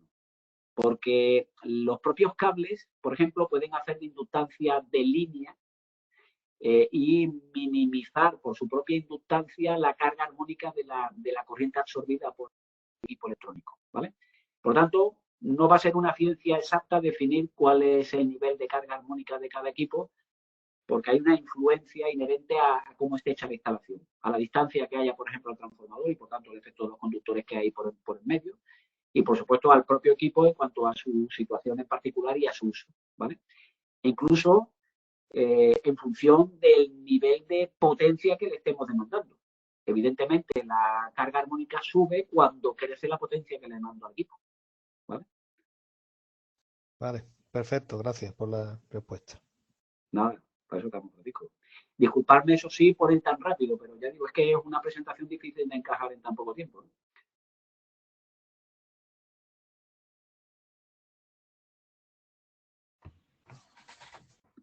¿Alguna pregunta más? Eso iba a decir yo, ¿alguna pregunta más? Yo quería preguntar una cosilla. Adelante.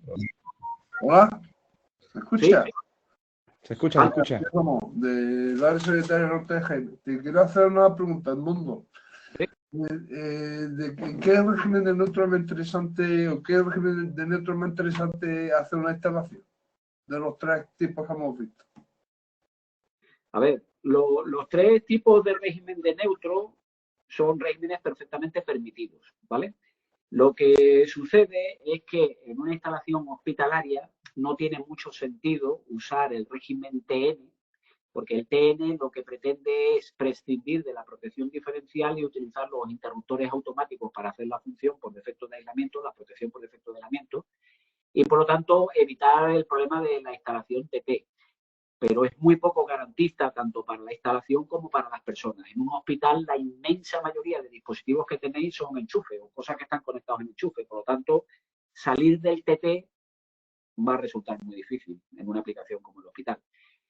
Lo que sí es cierto que usáis, y además de forma obligatoria, porque está normativamente así dispuesto, el régimen IT en las salas de grupo 2, que son quirófanos, UCI y tal, porque ahí lo crítico no es la protección, que también, como sobre todo la continuidad de servicio, ¿vale?